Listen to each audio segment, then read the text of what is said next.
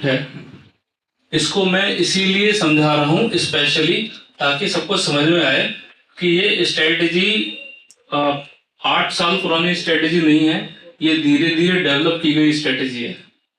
इसमें क्या है, बेसिकली ये कंपनी है जिसके पास लैंड के राइट्स हैं, अर्थ आइकॉनिक इंफ्रास्ट्रक्चर प्राइवेट लिमिटेड। ये एक कंपनी है जो कि इंसॉल्वेंसी में है, जो कि लिक्विडेशन में है।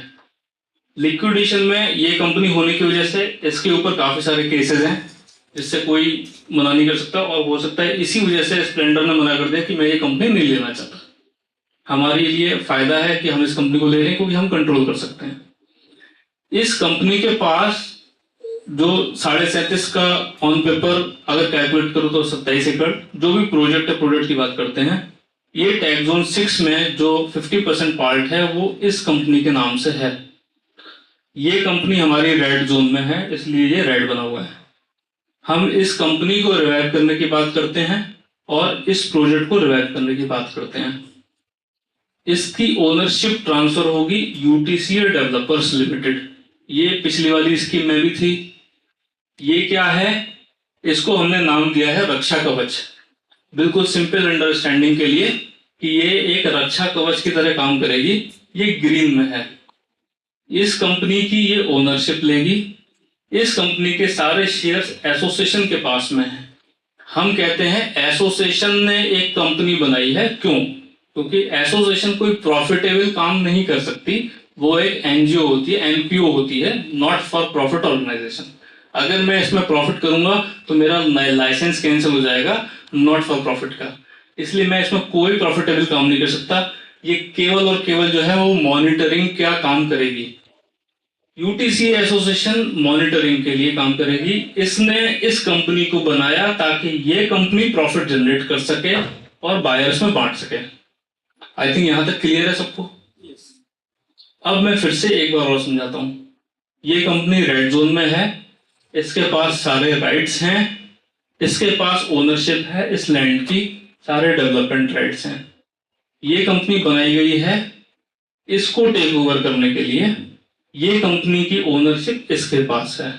अप्रूवल क्या हो रहा है, इन दोनों ने मिलकर एक कोलैबोरेशन किया है स्प्लेंडर के साथ कि जब ये ओनरशिप ट्रांसफर होगी तो मैं ये जो डेवलपमेंट राइट्स हैं मैं इस कंपनी से आपको ट्रांसफर करूंगा।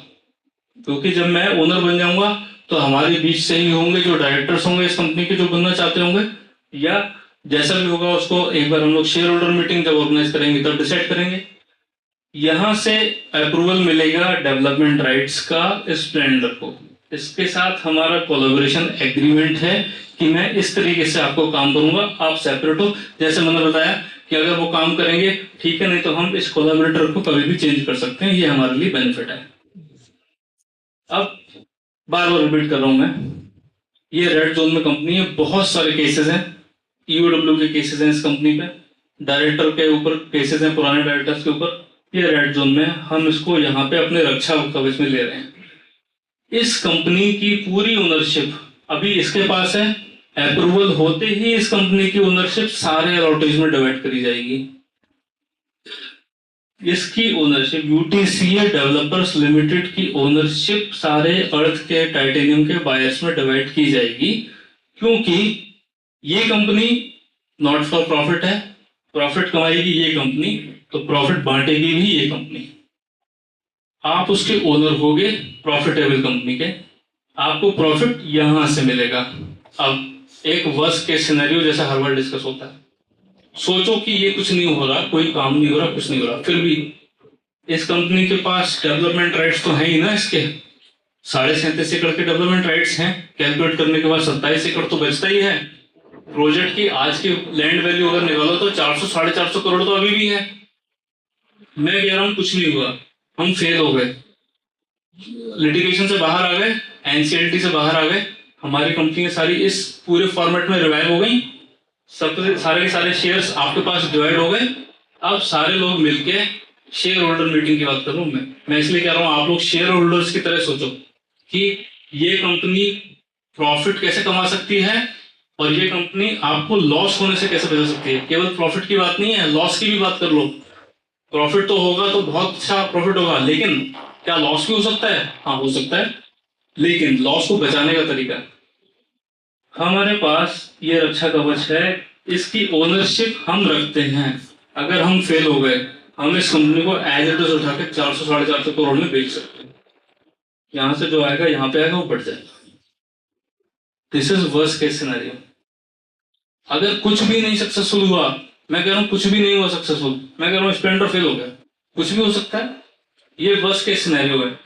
लेकिन इसके राइट्स क्योंकि हमारे पास होंगे, हम तब भी इस कंपनी से 400 450 करोड़ रुपए रिकवर करने की दम रखते हैं। ये इसलिए डिस्कस करना जरूरी है। सब कुछ अच्छा अच्छा नहीं होता लाइफ में, सबको पता है। कभी कभी कुछ चीजें खराब भी हो सकती हैं, हमें खराब की तैयारी करके चलना था। अच्छा होगा तो सब अच्छा होगा ही। खराब की तैयारी क्या है हमारी? तो खराब की हमारी ये तैयारी है, हम जब मर्जी इस कंपनी को बेच देंगे, 400 करोड़ रुपए कम से कम रिकवर होगा, 400 करोड़ रुपए सीधे सीधे बढ़ जाएगा।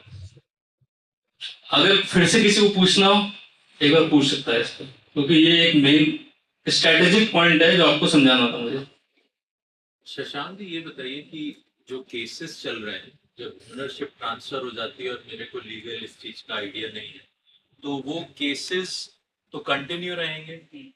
तो जैसे एक आपने बताया कि तो मरा हुआ हाथी भी 400 करोड़ तो दे ही जाएगा। हाँ। तो अब वो 400 करोड़ देने के लिए, लेकिन जो केसेस चल रहे हैं उससे तो पार पाना पड़ेगा, तभी तो कोई खरीदेगा। अब उन केसेस में हमें सारा अपनी एक्सेप्टेड स्कीम जो अप्रूव्ड स्कीम होगी वो लगा के सारे केसेस में रिप्रेजेंटेशन देना होगा, और वहां जाना होगा कि भाई अब इस कंपनी का इस केस से कोई लेना देना नहीं है, इसको रिमूव कर दो। लेकिन तब भी वहां से निकालने में कम से कम 1 1.5 साल 2 साल लग जाएगा। सारे केसेस मतलब ऑल ओवर इंडिया कितने केसेस है हमें भी नहीं आइडिया। जब ये कंपनी रिवाइव होगी तब पता चलेगा हमें, जब नोटिस आने शुरू होंगे तब हमें पता चलेगा कि कौन से केस में जाना है, कौन से केस में रिवाइवल का ये प्लान देना है, अप्रूव्ड एनसीएलटी का सबमिट करके इस कंपनी का नाम वहां से डिलीट कराना है।